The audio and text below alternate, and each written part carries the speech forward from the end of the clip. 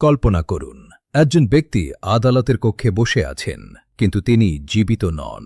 তিনি একটি পচা লাশ। এটি ৮৯৭ খ্রিস্টাব্দের একটি গল্প। রোমের একটি নতুন পোপ তার শত্রুর প্রতি প্রতিশোধ নিতে অদ্ভুত সীমায় চলে গিয়েছিলেন। পোপ স্টিফেন ষষ্ঠের পূর্বসূরি পোপ ফর্মোসাসের প্রতি প্রবল ঘৃণা ছিল, যা মৃত্যুর পরেও তাকে শান্তি দিতে পারেনি। এটাই কারণ যে স্টিফেন ফর্মোসাসের দেহ তার কবর থেকে উত্তোলন করিয়েছিল। তিনি পচা মৃতদেহটিকে পোশাক পরিয়ে একটি সিংহাসনে বসালেন এবং তার বিচার শুরু করলেন। একজন ডিকন মৃতদেহের পক্ষে উত্তর দিল, যখন স্টিফেন মৃত পোপের বিরুদ্ধে একাধিক অভিযোগ তুলল।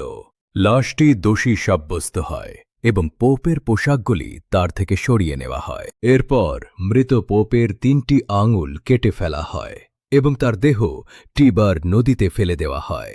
কিন্তু গল্প এখানেই শেষ হয়নি। এটি একটি বিশাল হটগোল সৃষ্টি করেছিল। স্টিফেন ষষ্ঠ শীঘ্রই গ্রেপ্তার, বন্দী এবং সেখানেই গলা টিপে হত্যা করা হয়। এই গল্পটি আমাদের দেখায় কিভাবে রাজনৈতিক ঘৃণা মৃত্যুর পরেও চলতে পারে। এটি কি একটি বাস্তব বিচার ছিল, নাকি সম্পূর্ণ পাগলামি?